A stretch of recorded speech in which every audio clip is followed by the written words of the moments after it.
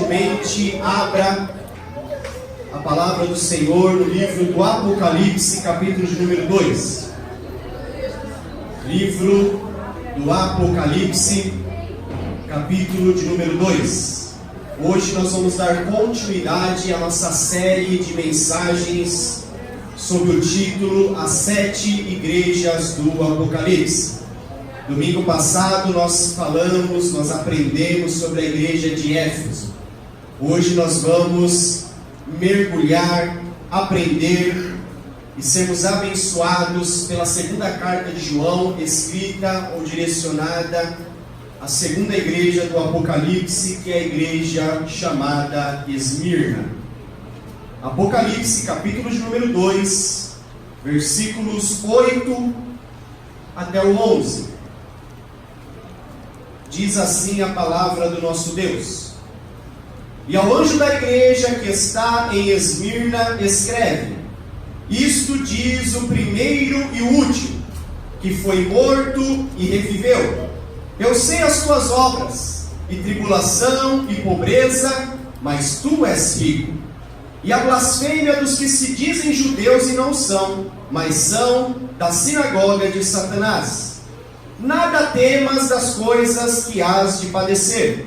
Eis que o diabo lançará alguns de vós na prisão, para que sejais tentados, e tereis uma tribulação de 10 dias. Sê fiel até a morte, e dar-te-ei a coroa da vida.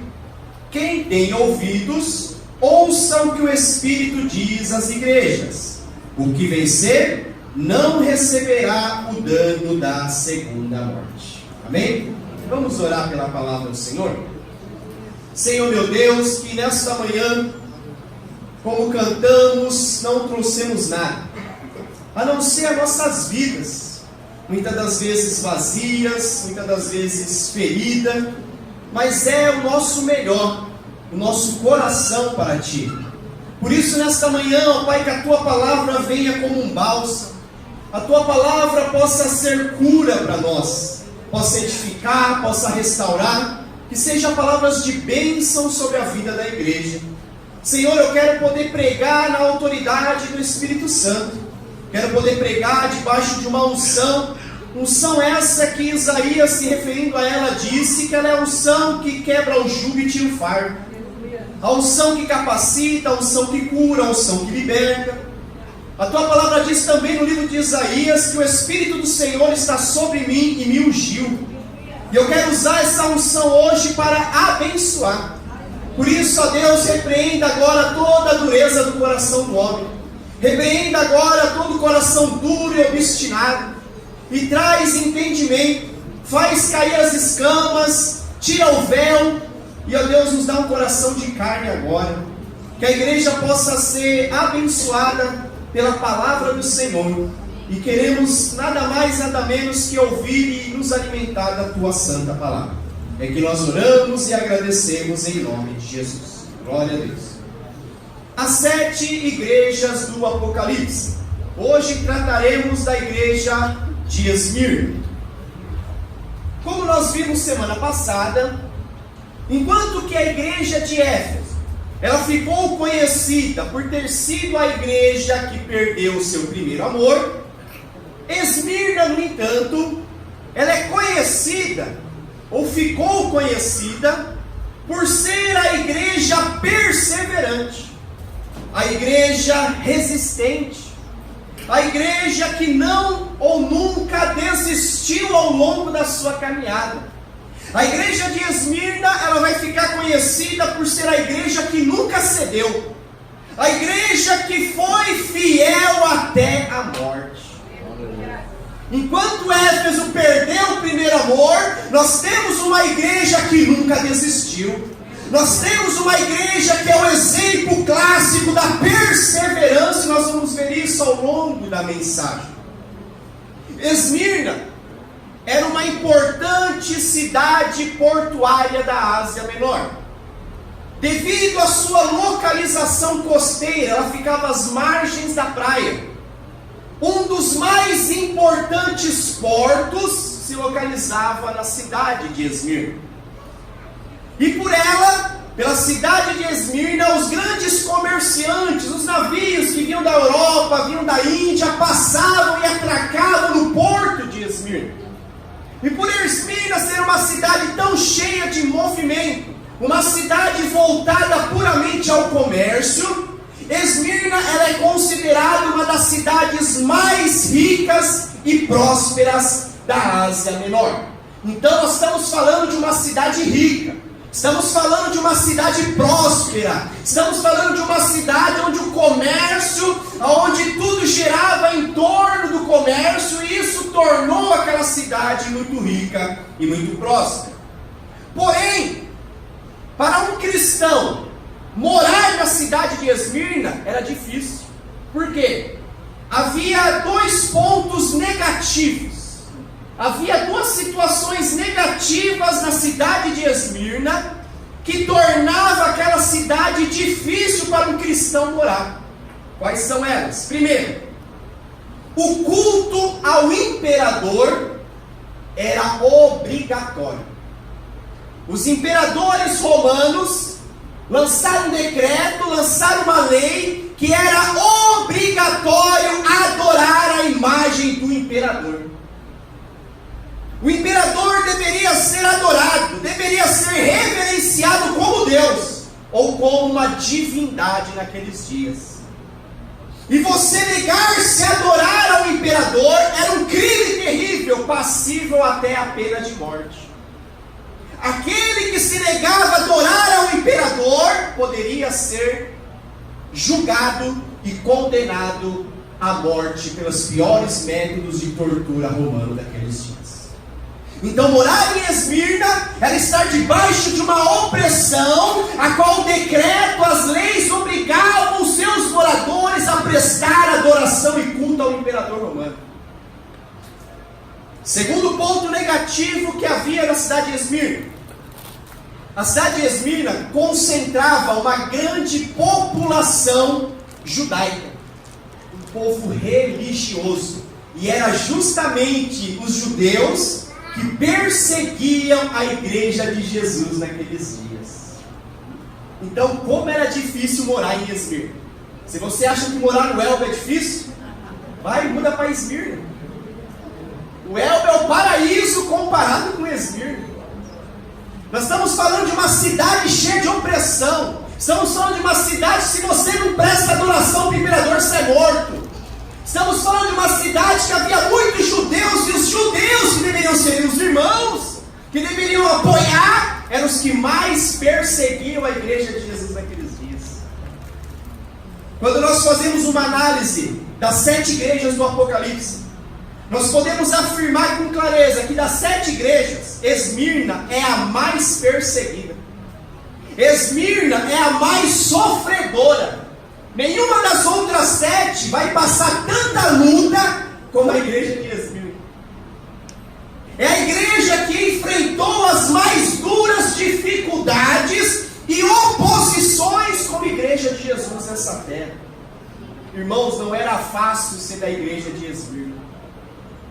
No entanto, das 7 igrejas do Apocalipse, Esmirna, juntamente com a igreja de Filadélfia, que nós vamos ver posteriormente, são as únicas igrejas que não foram repreendidas por Jesus nas cartas. Se você analisar as 7 cartas do Apocalipse, Jesus começa enaltecendo as qualidades da igreja e depois ele vai tratar da igreja nas suas feridas. Ele vai repreender, ele vai exortar a igreja. Como nós vimos semana passada, Éfeso, Deus enalteceu as qualidades, era uma igreja trabalhadora, esforçada, forte. Mas aí Jesus exortou eles por um defeito, eles perderam o primeiro amor. Mas a igreja de Esmirna, juntamente com a igreja de Filadélfia, se você ler as cartas, Jesus não as repreende em nada. Isso é muito bom, isso é maravilhoso. São igrejas que só receberam elogios de Jesus. São igrejas que Jesus somente enalteceu as suas virtudes e qualidades, e não houve nenhum tipo de repreensão. Jesus não os repreendeu, não porque eram igrejas perfeitas, não porque eram igrejas que não haviam erros, não. mas por serem igrejas que se mantiveram firmes, por serem igrejas que se mantiveram focadas, se mantiveram na posição.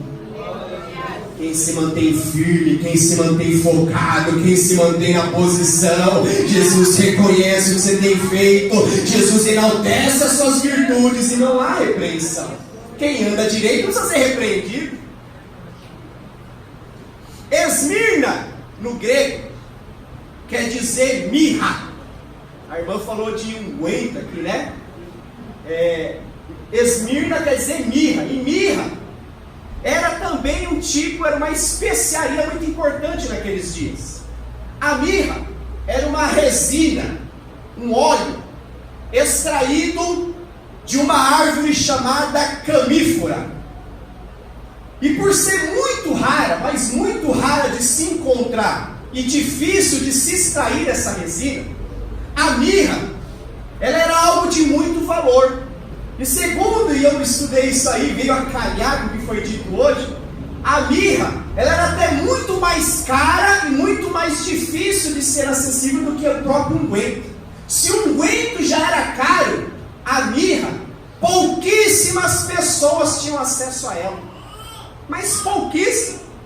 E o valor de uma mirra, ou o valor de um produto feito através da mirra, era de valor elevadíssimo. Pouquíssimas pessoas conseguiam ter acesso a um produto feito de mirra. Dizem os estudiosos, e a própria Bíblia vai dar indícios disso, que somente os reis tinham acesso à mirra. Você vai ver referência da mirra nos livros de Cantares, Salomão falando que usava a mirra, né, para perfumar seu momento íntimo com a sua esposa. Quando Jesus nasceu e foi visitado pelos 3 reis, um deles trouxe mirra. Então a mirra, ela aparece muito pouco na Bíblia, porque poucos têm acesso a ela. Mas a mirra, ela é tão admirada pelas suas propriedades medicinais. Ela era antifúngica, anti-inflamatória e ajudava na cicatrização. Mas a mirra, além dos seus fundamentos medicinais, ela também era apreciada pela sua fragrância. Os melhores perfumes da época eram feitos de mirra. O Chuanchu, Kevin Klein. Eu uso tanto boticário que já nem sei mais dar nos perfumes. Catarina é isso? Carolina é isso? São boas.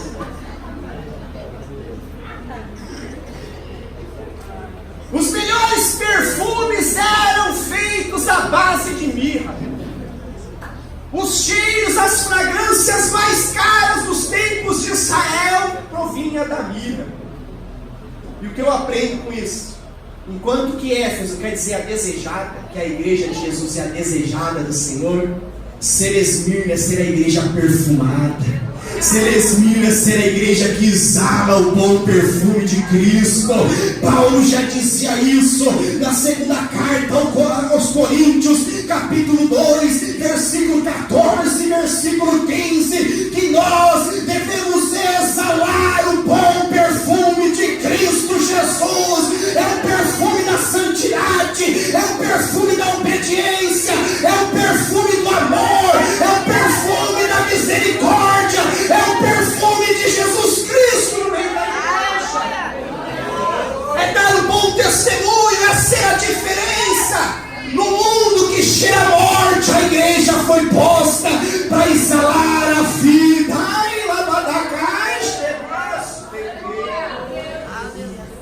Ser Esmirna é ser a igreja da mirra, é ser a igreja que exala, é ser a igreja perfumada. Você já chegou perto de alguém cheirando mal? Dá um cheiro, meu irmão, do além.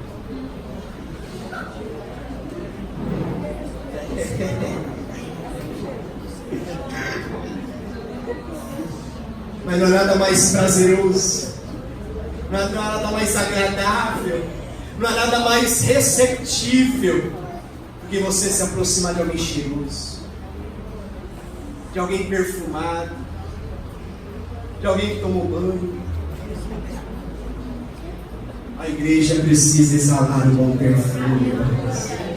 As pessoas têm que ter prazer de chegar perto de você, não pelo teu cheiro natural, mas pelo odor da presença do Espírito Santo. Quem é cheio do Espírito exala, quem é cheio do Espírito emana, quem é cheio do Espírito transborda. Oh, glória a Deus! Quem é cheio do Espírito exala a mais preciosa das fragrâncias, que é o perfume do céu. Aleluia! Oh, glória a Deus! Hoje nós vamos aprender sobre a igreja de Esmirna. Primeira coisa que a gente aprende aqui: Jesus, todas as vezes que ele começa uma das cartas, são 7 cartas, cada carta Jesus começa da mesma forma. Jesus ele começa se apresentando à igreja, ele começa dando as suas credenciais. Isso é regra nas 7 igrejas. Então na igreja de Éfeso ele começa dizendo que ele é aquele que tem as 7 estrelas, que anda no meio dos 7 castiçais. Na igreja de Esmirna, ele é o primeiro e o último, o que foi morto, mas reviveu. Na igreja de Pérgamo, ele é aquele que tem a espada de 2 gumes nas suas mãos. Na igreja de Tiatira, ele é o Filho de Deus, e os seus olhos são como chamas de fogo, e os seus pés como latão reluzente. Na igreja de Sardo, ele é aquele que tem os 7 Espíritos de Deus. Na igreja de Filadélfia, ele é o santo, o verdadeiro, o que tem a chave de Davi. Na igreja de Laodiceia, ele é o amém, o testemunha fiel, o verdadeiro, o princípio da criação. Então ele sempre começa as cartas se apresentando. E para a igreja de Esmirna, ele se apresenta como: isso diz o primeiro e o último, que foi morto e reviveu. O que quer dizer Jesus, o primeiro e o último? Primeiro, Jesus começa esta carta frisando, revelando a sua eternidade.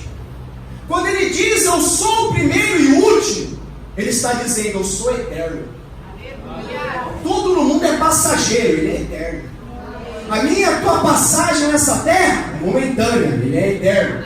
Tudo passa, passará céus e terra, ele é eterno. O mundo um dia vai acabar, segundo Pedro, no fogo, ele é eterno. Antes de tudo, ele já estava.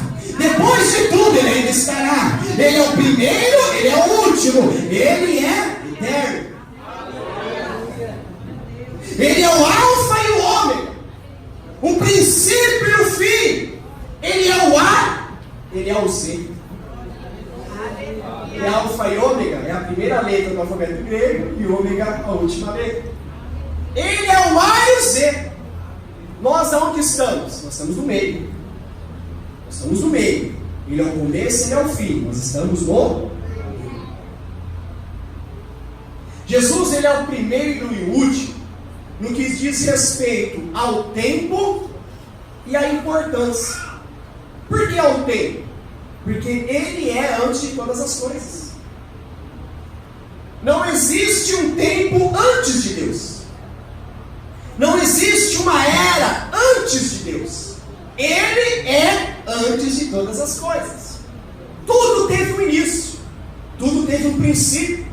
Tudo um dia começou. Ele não. Ele sempre esteve lá. O universo, o mundo, um dia teve a sua origem. Alguns dizem que foi a explosão do Big Bang. Outros dizem que foi a ameba, que foi uma molécula, que foi isso, que foi aquilo. Não importa. Houve uma origem. Mas é que entender que antes de tudo existir, ele já estava lá. Ele é antes de todas as coisas. Por isso que Isaías, no capítulo 43, verso 13, vai dizer: antes que houvesse dia, eu sou. Antes de qualquer coisa, ele já era. Ele já estava lá. Eu e você nascemos, ele nunca nasceu. Eu e você temos uma origem, ele não tem origem. Eu e você tivemos pai e mãe, ele nunca teve pai e mãe. Porque ele é a essência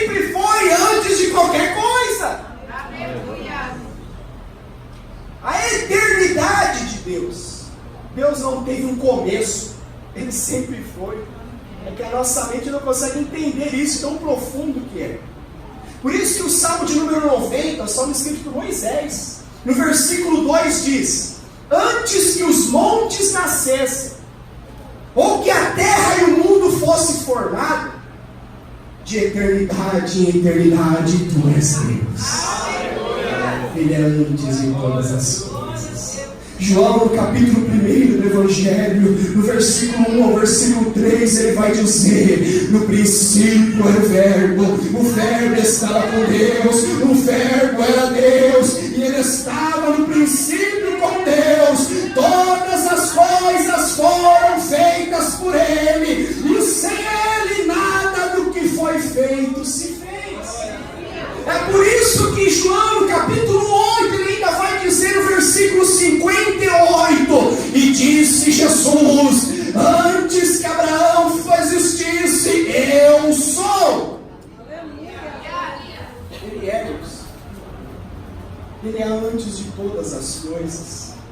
Paulo, quando escreve a igreja de Colossos, capítulo 1, versículo 16 e 17, ele vai dizer: porque nele foram criadas todas as coisas que há nos céus e que há na terra, as visíveis e as invisíveis, sejam tronos, sejam dominações, sejam principados, sejam potestades, tudo foi criado por ele, para ele, e ele é antes de todas as coisas, e todas as coisas existem e subsistem por intermédio dele.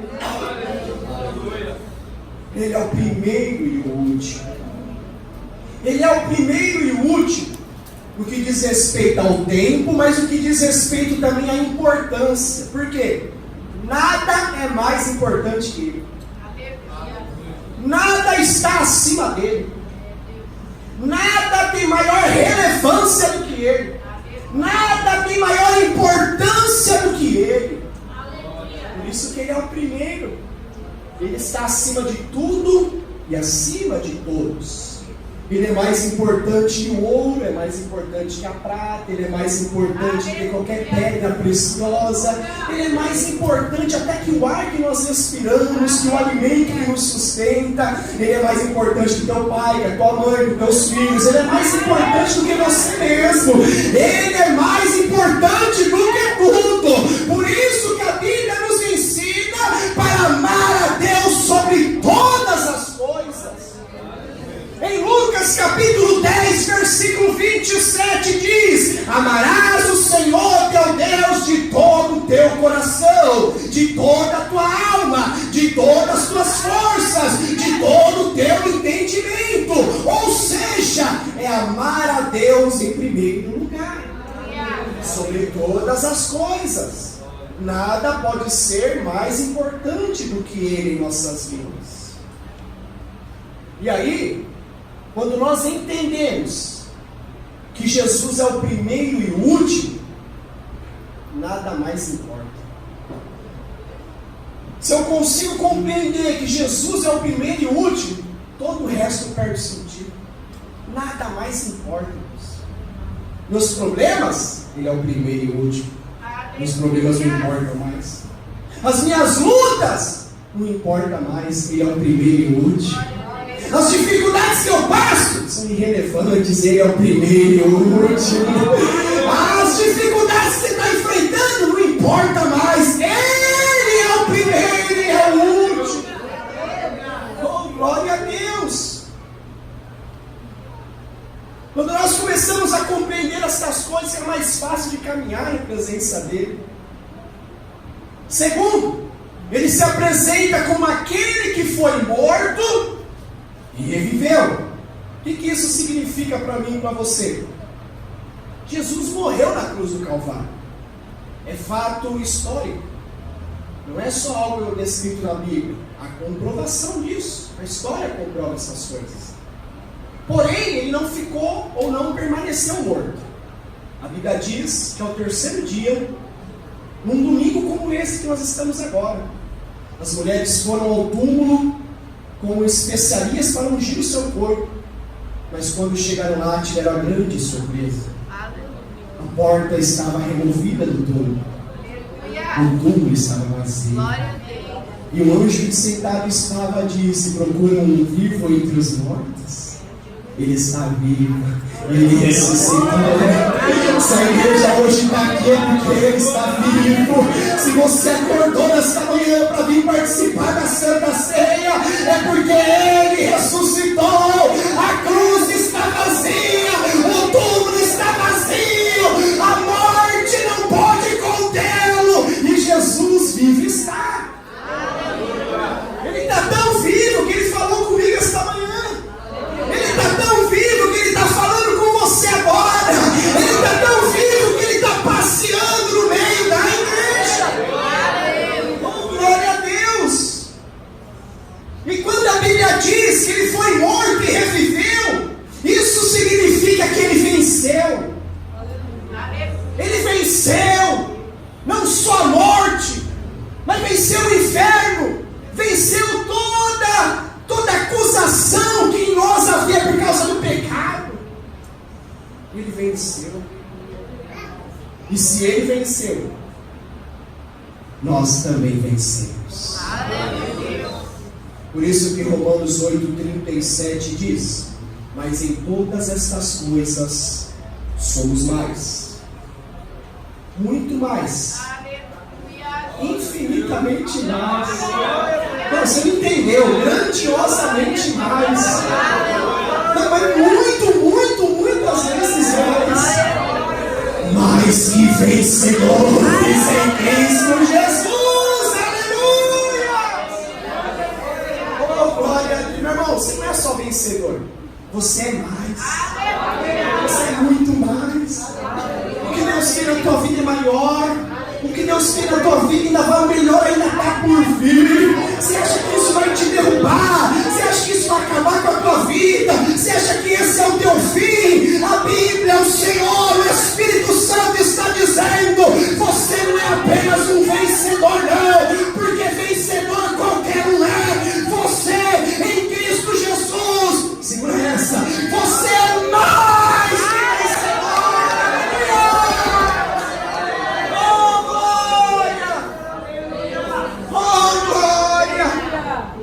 Oh, aleluias!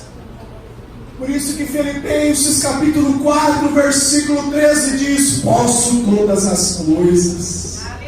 Meu irmão, isso é frase que não é qualquer um que pode falar. Isso é frase que não é qualquer um que pode declarar. Tudo posso naquele que me fortalece. Posso todas as coisas naquele que venceu por mim, naquele que decretou a vitória na cruz do Calvário. Tudo posso. Você tudo pode. Não há limites, não há obstáculos, não há barreira. Você tudo pode. Não pelas suas forças, mas por aquele que nos amou, por aquele que nos deu a vitória, por aquele que nos fortalece. Jesus disse em João capítulo 16, verso 33: tenho-vos dito isso para que em mim tenhais paz. No mundo passareis por aflições. Se algum dia alguém pregou para você um evangelho de facilidades, mentiu para você.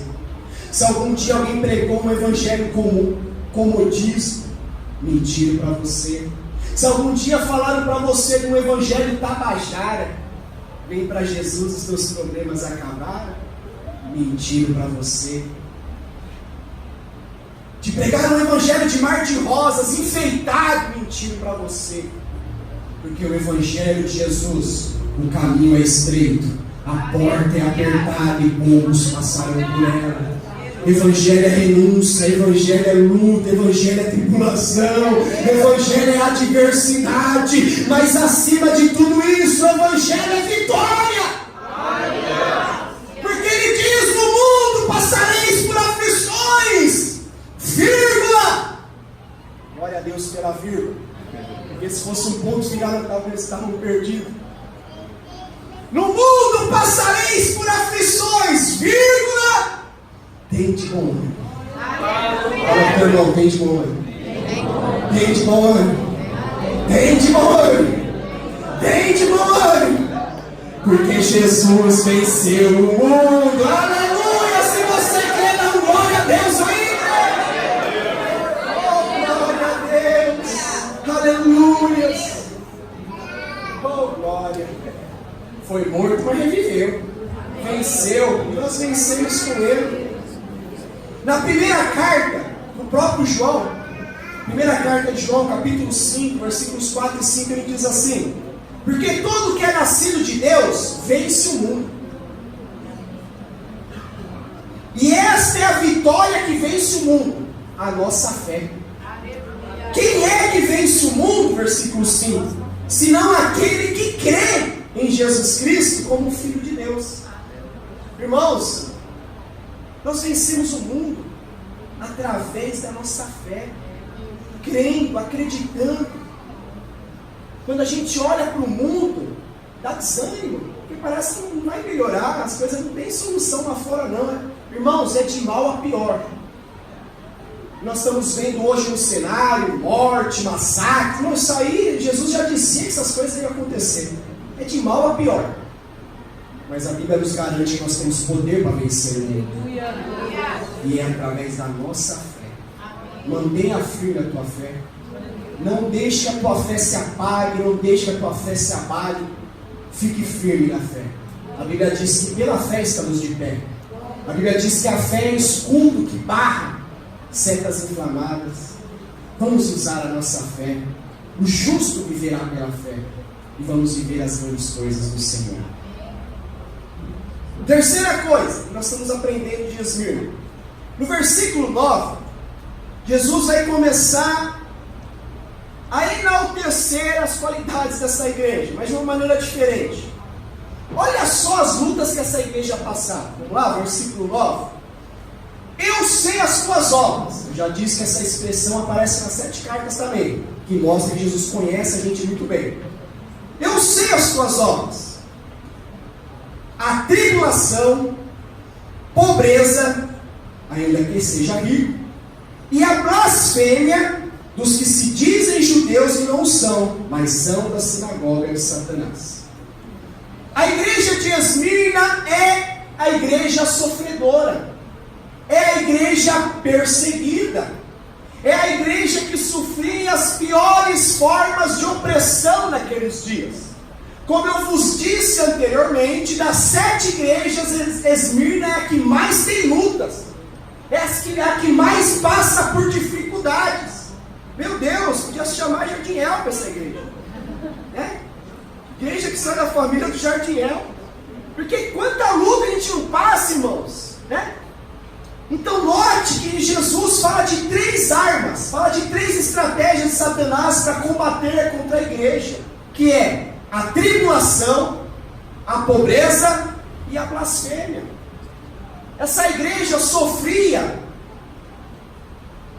pela artimanha do diabo, que usava essas 3 armas contra a igreja.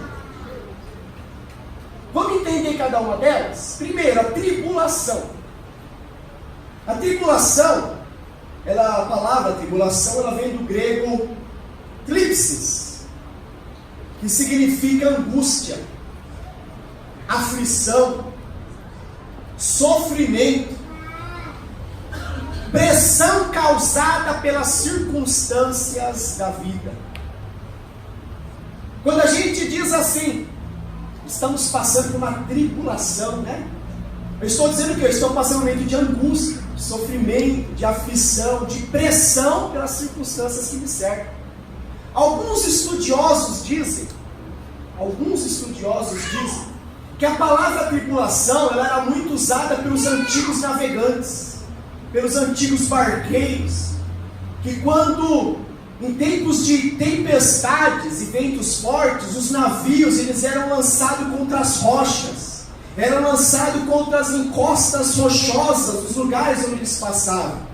Então o capitão do navio ou os navegantes usavam essa expressão, quando o navio era lançado contra as rochas, nós estamos passando por um período de tribulação. Irmão, se eu pedir para levantar a mão aqui, quem está passando por tribulação, tem gente que vai levantar as duas, tem gente que vai plantar a bananeira e levantar os 2 pés. Porque nós estamos vivendo dias difíceis. Estamos vivendo dias maus. É o cenário mundial e a igreja não está isenta disso. Estamos vivendo muitas e muitas tribulações. Não está fácil para ninguém, irmãos. Eu sei que você veio hoje aqui adorar o Senhor, eu sei que você saiu da tua casa hoje para louvar a Deus, mas algo de errado está acontecendo na tua vida. Tem alguma coisa aí que te incomoda, tem algo que tira a tua paz, tem algo que não está sendo fácil para você encarar. Estamos passando por tribulações, e o diabo ele usa isso mesmo contra as nossas vidas, nos coloca em prova, nos coloca em tentações, nos faz passar por tribulações, que muitas das vezes nos desanima, nos entristece. Jesus diz que essa igreja vivia um ambiente de pobreza. Interessante, né? Porque a cidade de Esmirna era uma cidade rica, próspera, mas a igreja de Esmirna era pobre. Era uma igreja que vivia em estado de pobreza. Eu fui pesquisar isso e descobri que quando a Bíblia fala que a igreja de Esmirna era pobre, não está falando da pobreza comum que eu e você vivemos. Nós também somos pobres, trabalhamos para pagar nossas contas, é com muito suor para pôr comida dentro de casa, né? Acordamos cedo, pegamos ônibus lotado, temos que aturar chefe chato, tudo isso para trazer o sustento dentro de casa. Pagamos as nossas contas com muita dificuldade. Nós somos pobres, pessoas humildes, pessoas que lutam para sobreviver.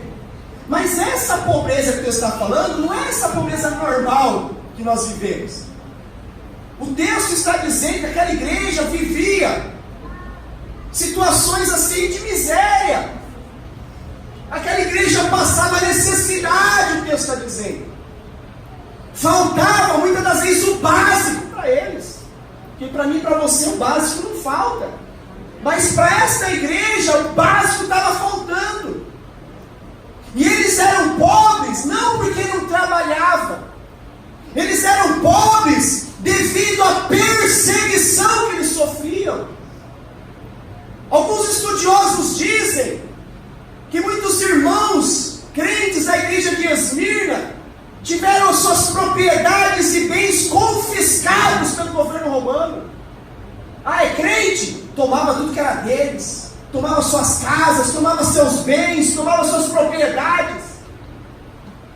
Por causa da perseguição, muitos deles eram presos, torturados, condenados, sofriam discriminação por causa da sua fé.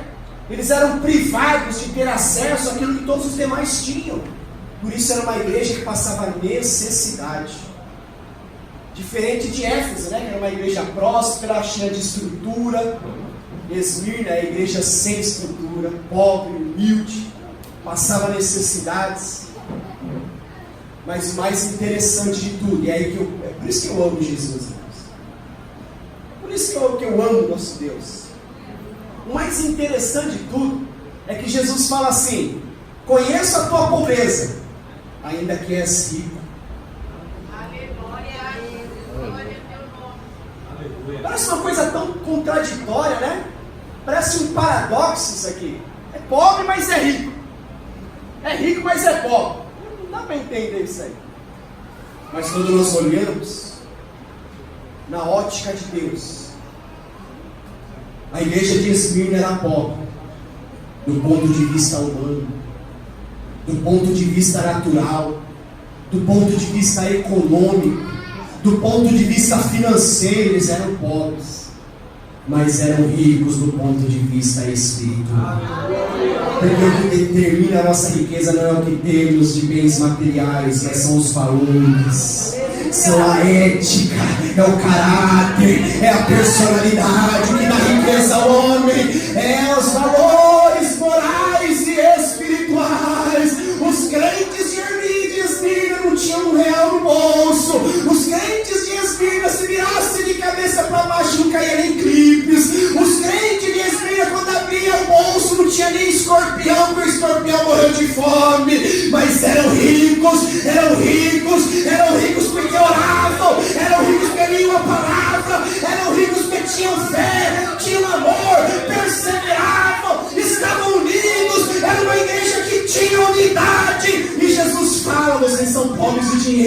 mas são ricos na essência, são ricos na moral.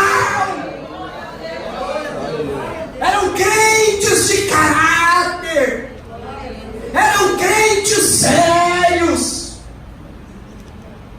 Irmãos, a nossa riqueza não está nos bens que temos, ainda que é bom ter, eu gostaria de ter. A nossa riqueza não está na nossa conta bancária gorda, ainda que eu gostaria de ter, e um dia Deus vai dar. A igreja rica não é a igreja luxuosa. A igreja rica é aquela que ora, é aquela que crê, é aquela que persevera, é aquela que tem unidade, é aquela que não desiste. Essa é a igreja rica. Essa é a riqueza que nós temos. Jesus disse em Mateus capítulo 6, versículo 19 e 20: não ajunteis tesouros na terra, onde a traça e a ferrugem corroem, onde os ladrões roubam, mas ajuntais tesouros no céu, onde a ferrugem e a traça não podem consumir, onde os ladrões não podem roubar. Meu irmão, se você sair hoje com o celular e vai para o ponto do ônibus, vão te roubar. Se você parar no farol do teu carro, há uma grande probabilidade de te roubar. Podem roubar o teu carro, podem roubar o teu celular, podem roubar os R$2 da tua carteira. Ele é mais difícil do que o meu. Um azulzinho que eu vejo na carteira de 2. Podem roubar tudo, mas não podem roubar a tua esperança, não podem roubar a palavra de Deus no teu coração, não podem roubar o privilégio de estar na presença do Senhor, não podem roubar a tua oração, não podem roubar a tua fé, porque estes são os tesouros espirituais que nos tornam ricos. Jesus disse em Mateus 6,33: buscai primeiro o reino de Deus, os favores do reino, as coisas do reino e a sua justiça, e as demais coisas vai ser acrescentado. Então nós temos uma igreja que passava por tribulação, nós temos uma igreja pobre, no entanto rica, e nós temos uma igreja que, diz o texto, sofria blasfêmias. Blasfêmia quer dizer insultar.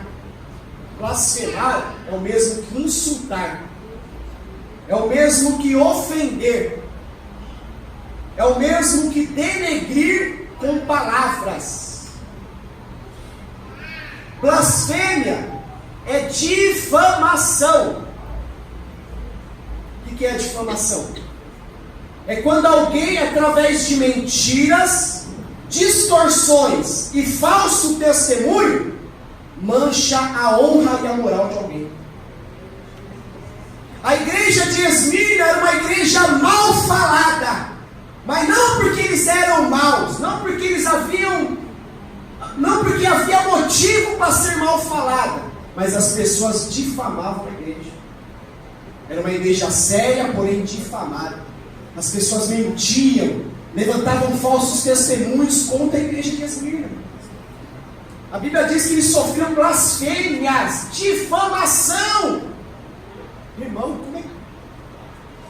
Meu Deus, nós estamos na igreja de Esmirna. Jesus, como falam mal da gente, irmãos? É verdade. Misericórdia. Eu não entendo. Sabe aquele ditado que diz: falem mal, falem bem, mas falem de mim? Eu não gosto disso. Para de falar de mim. Para de falar do governo, para de falar da liderança.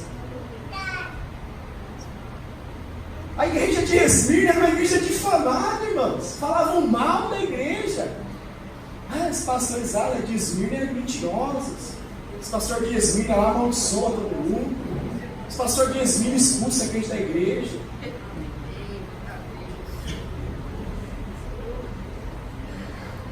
Eu não entendo. Só que a Bíblia diz que essa blasfêmia, ela vinha de falsos judeus.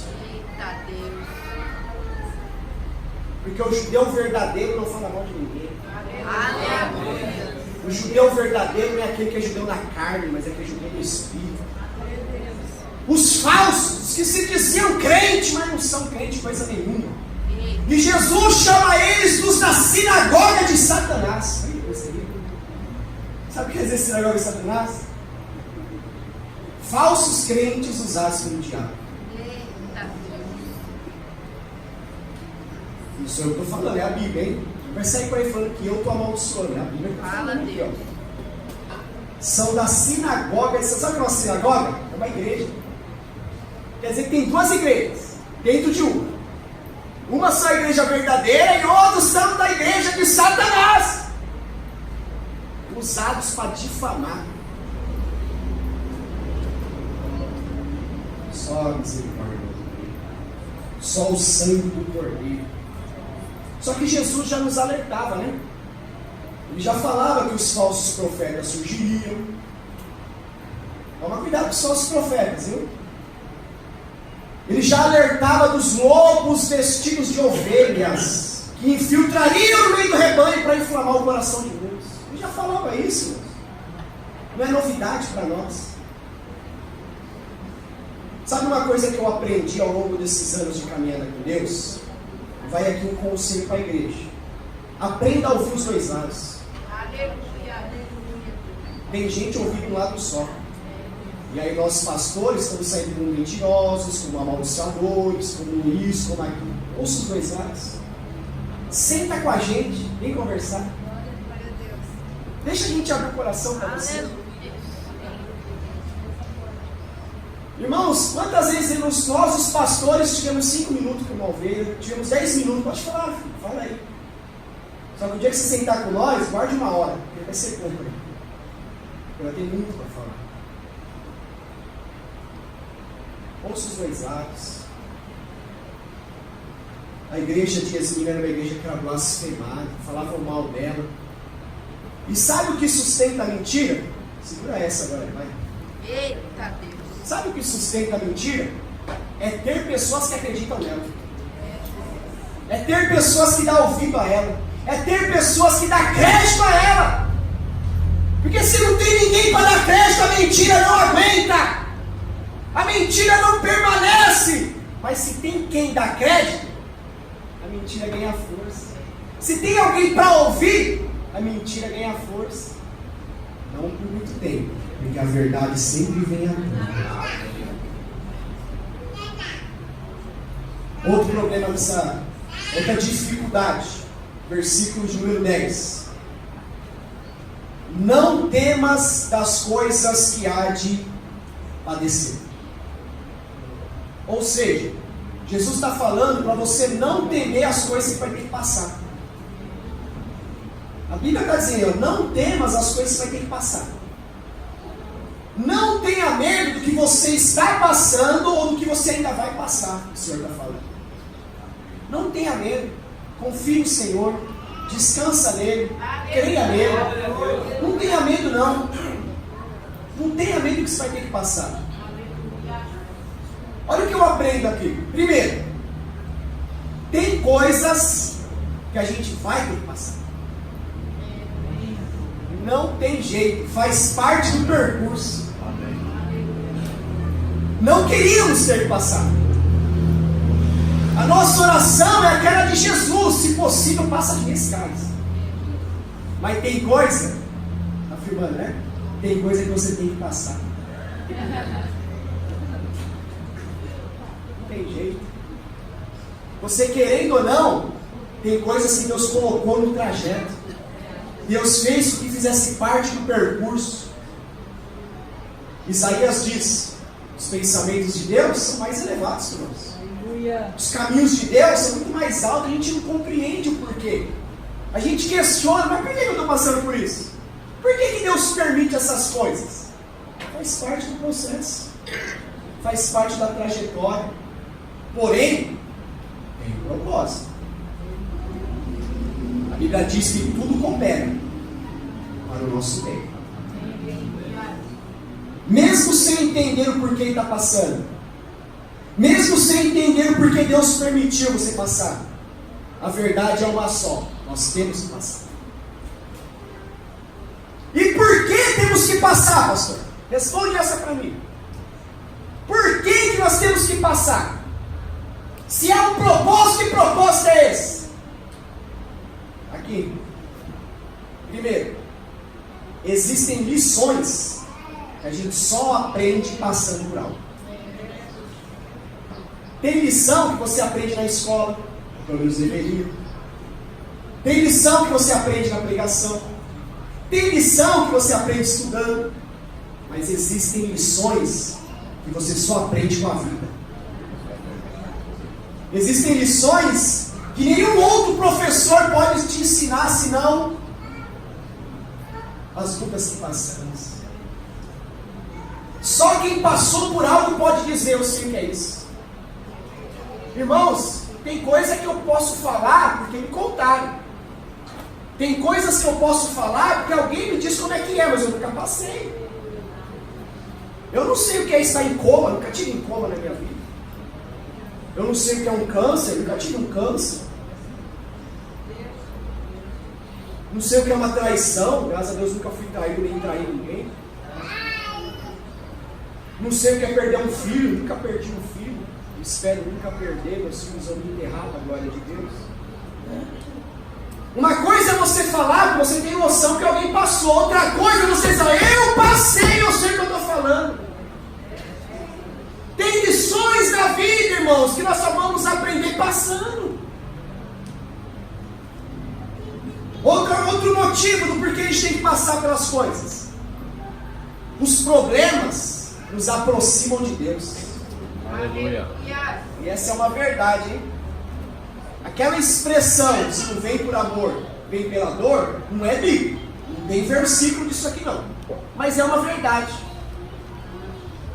Irmãos, as pessoas só vêm quando estão passando por algo. As pessoas só começam a despertar seu lado espiritual, ou ir para a igreja, buscar a Deus, quando a cintura aperta. Como diz, quando a espingarda vira para o seu lado. As pessoas só procuram Deus quando o bicho está pegando. Então os problemas nos aproximam do Senhor. Nós crentes que já estamos na presença do Senhor, os problemas servem para despertar coisas em nós. Estava relaxado na oração, fazia tempo que não lia a palavra, estava oscilando na igreja, e Deus manda um probleminha. Deus grita lá do céu, né? Problema, desce lá. Aí o crente desperta que nem um desembestado para orar. Começa a comer a Bíblia, começa a vir para a igreja. Por quê? Um problema apareceu e aquilo despertou algo nele. Irmãos, Deus sabe como nos atrair a Ele. Deus sabe, irmãos. Deus, Ele conhece, Ele sabe que a gente só vem quando o calcanhar dói. Por que nós temos que passar pelas coisas? Porque a dificuldade, o problema, a luta, tem o poder de nos lapidar. Somos lapidados. Como o fogo purifica o ouro, os problemas tendem a lapidar as nossas vidas. As dificuldades nos aperfeiçoam. A dificuldade tem o poder de nos colocar no eixo. Tem jeito, irmãos. É como casa do oleiro lá de Jeremias.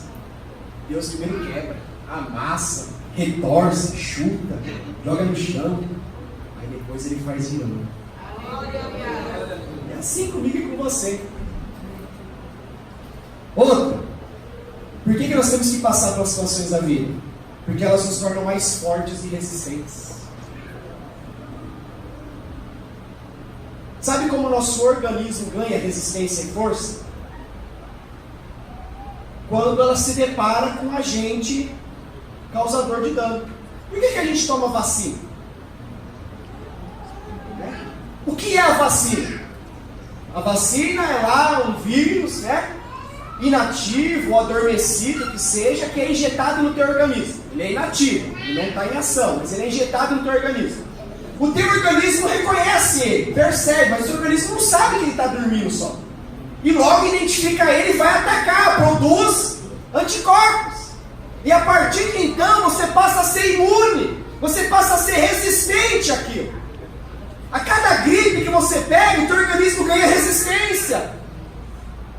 A cada doença que você um dia contrai, o teu organismo ganha resistência. E Deus nos permite passar por situações para nos tornar resistentes. Meu irmão, quando você se deparar com essa situação de novo, você vai estar mais forte, você vai estar resistente, você vai estar preparado, você vai ganhar calo, vai calejar. Por quê? Porque você aprendeu. Isso que você está passando é uma oportunidade que Deus está te dando para crescer, para amadurecer, para se tornar mais forte. Glória a Deus por isso. A Bíblia fala que a igreja de Esmirna, versículo 10, o diabo lançaria alguns deles na prisão, eles seriam tentados e teriam uma tribulação de 10 dias. Eu quero chamar a atenção para esses 10 dias. Por que 10 dias? O texto fala que eles teriam uma tribulação de 10 dias. Não se sabe ao certo o que significa esses 10 dias literalmente. Alguns estudiosos dizem que 10 dias era o tempo do julgamento romano. Quando alguém ia para a corte romana ser julgado, o julgamento demorava 10 dias. Então durante esses 10 dias aquela pessoa ficava presa, esperando ser julgada. Não sei, pode ser que seja isso. Outros estudiosos dizem que alguns castigos e torturas romanos duravam 10 dias. Então se você era julgado por um crime, e o teu crime, e o julgamento decidisse que você deveria não ser morto, mas ser torturado, haviam torturas que duravam 10 dias.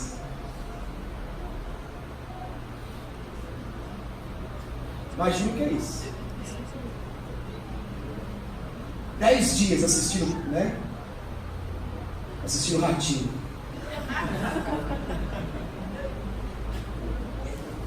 Dez dias. Eu não sei se é isso, mas a revelação por trás dos 10 dias, sabe qual é? Tem coisas que a gente tem que passar, mas não ficar. Glória a Deus. É passagem. Quando eu digo assim, irmãos, eu estou passando por um meio difícil, eu estou dizendo que eu vou ficar no meio difícil, eu estou passando. Vai acabar. 10 dias dá uma ideia de um tempo determinado que você vai passar por algo. Mas é só 10 dias. Claro que para alguns pode ser só um ano, alguns pode ser só 2 anos. Mas a ideia aqui é que o teu problema não vai durar a vida toda. O teu deserto uma hora vai acabar. O teu vale uma hora vai chegar no fim. A ideia de 10 dias é o que você está passando hoje. Vai passar. Vai acabar. Você vai ter vitória. Uma hora Deus vai pôr a mão. Uma hora as coisas vão mudar. Porque você está passando, você não está ficando. A propósito do nosso reino não tem nada de ficar. É passar. O povo de Israel passou a pé seco pelo Mar Vermelho. O povo de Israel passou 40 anos pelo deserto, mas passou. Meu irmão, está na hora de você passar. Ou seja, está na hora de você chegar do outro lado, está na hora de chegar ao fim disso, está na hora de você vencer, está na hora de isso acabar na tua vida. O teu problema, a tua luta, a tua adversidade, escreve o que eu estou falando. Tem dia e hora para acabar. Tem prazo de validade, uma hora chega. E Deus trata na tua vida. Paulo, quando escreve a sua segunda carta aos Coríntios, capítulo 4, versículo 17, ele diz assim: porque a nossa leve e momentânea tribulação. Olha só como Paulo trata o meu e o teu problema.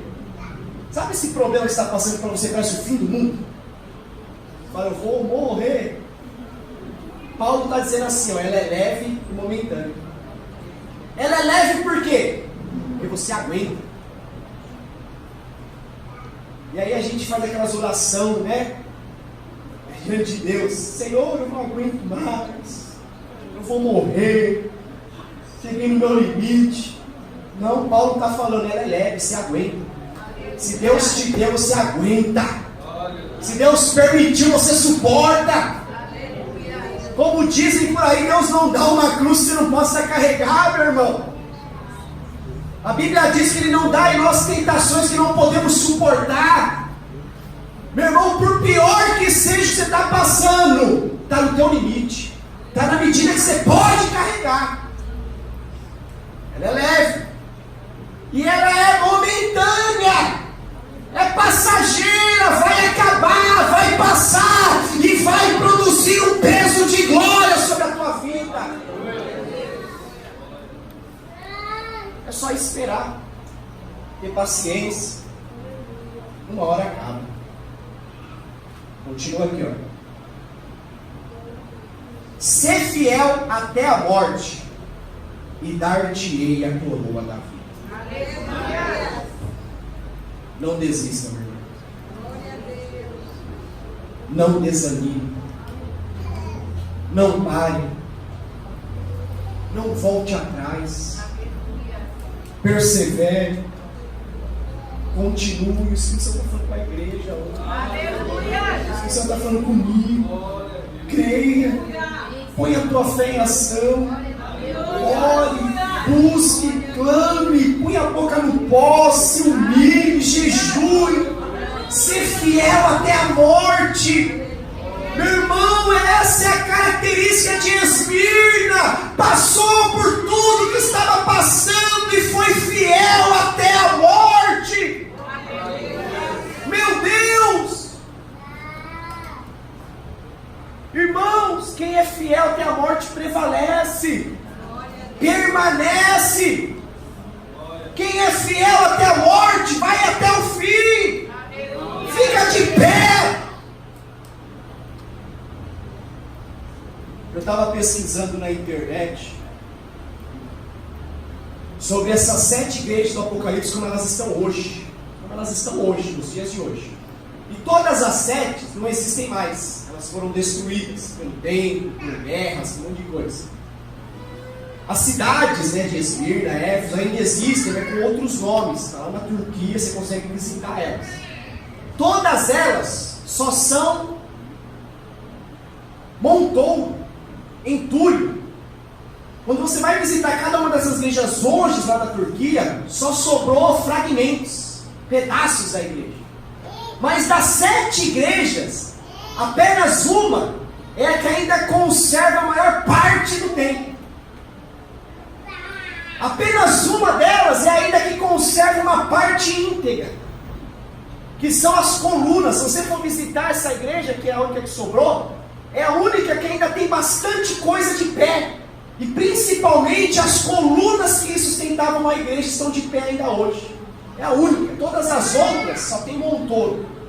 Só tem uma igreja das 7 que ainda sustenta boa parte de pé, que venceu o tempo. Venceu as guerras e as colunas ainda estão de pé. Que igreja será essa?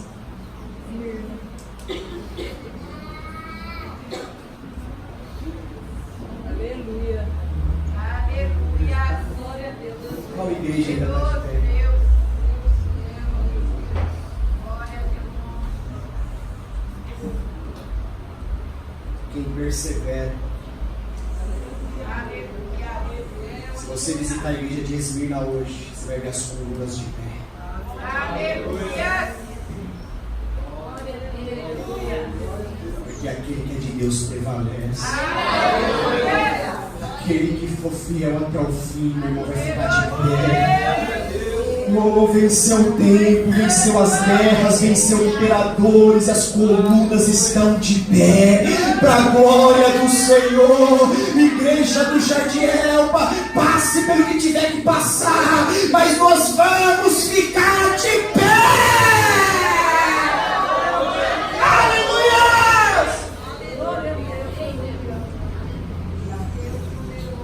pode vir divisão, pode pessoas irem embora, pode levantar contra a igreja fica de pé.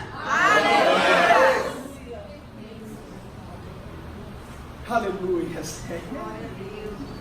Oh, Jesus amado, Jesus querido, Deus tem mistério nesse lugar, viu? Receberá a coroa da vida. Estou acabando, tá? Entra aí. Aleluia. Esse vai ficar de pé. Receberá a coroa da vida. A cidade de Esmirna, ela era famosa pelas competições de lutas que tinha nela. Então acontecia lá umas lutas de MMA, UFC lá, acontecia tudo em Esmirna. E o ganhador ganhava uma coroa, uma espécie de grinalda feita de folhas e flores. Então as Olimpíadas naqueles dias, que já existia, foi criado nesses dias pelos gregos, as Olimpíadas, as grandes competições, não havia troféu, não havia medalha. O ganhador ganhava uma espécie de grinalda, uma coroa feita de folhas e flores. Então o que Jesus está dizendo aqui é que o que vencer vai ser coroado, vai receber sua medalha, vai receber seu troféu. Só que tem um detalhe: na concepção dos homens, na concepção humana, só recebe a coroa quem chega primeiro, não é isso? Na competição dos homens, só é vitorioso quem chega primeiro. Mas na concepção de Deus, você não precisa chegar em primeiro para ser vencedor. Na concepção de Deus, basta chegar até o fim. O texto não diz quem chegar primeiro receberá a coroa. Quem for fiel até o fim. Para Deus, o primeiro e o último receberão medalha. O importante é cruzar a linha. O importante é chegar até o fim, é terminar a carreira, é concluir a sua missão. Para Deus, não importa se seremos os primeiros ou os últimos, o importante é terminar. Paulo disse no fim da sua vida: terminei a carreira. Terminei. O que eu tinha que fazer eu fiz. Guardei a fé. Lutei o meu combate. Agora acabou. Só me receber a coroa. Irmãos, há um galardão para a tua vida. Há uma recompensa. Concluo minha mensagem dizendo que sejamos como a igreja de Esmirna, que apesar de todo o sofrimento, de toda perseguição, de toda blasfêmia, difamação, de toda pobreza, foi uma igreja que nunca desistiu, uma igreja que perseverou, uma igreja que se manteve de pé, uma igreja que foi até o fim. Eu termino lendo o último versículo, 2 Coríntios capítulo 4. 2 Coríntios capítulo 4, versículo 8 e 9. Um versículo lido há pouco tempo aqui numa pregação de quarta. 2 Coríntios 4, 8 e 9. Que diz assim: em tudo somos atribulados, mas não angustiados, perplexos, mas não desanimados, perseguidos, mas não desamparados, abatidos, mas não destruídos. Esse mesmo versículo, na Bíblia, a linguagem de hoje ficaria assim. Na linguagem de hoje: muitas vezes ficamos aflitos, mas não derrotados. Algumas vezes ficamos em dúvidas, mas nunca desesperados. Temos muitos inimigos, mas nunca nos falta um amigo. Oh, glória a Deus. Às vezes somos gravemente feridos, mas não somos destruídos. Fique de pé, igreja de Esmirna, em nome de Jesus. Quero chamar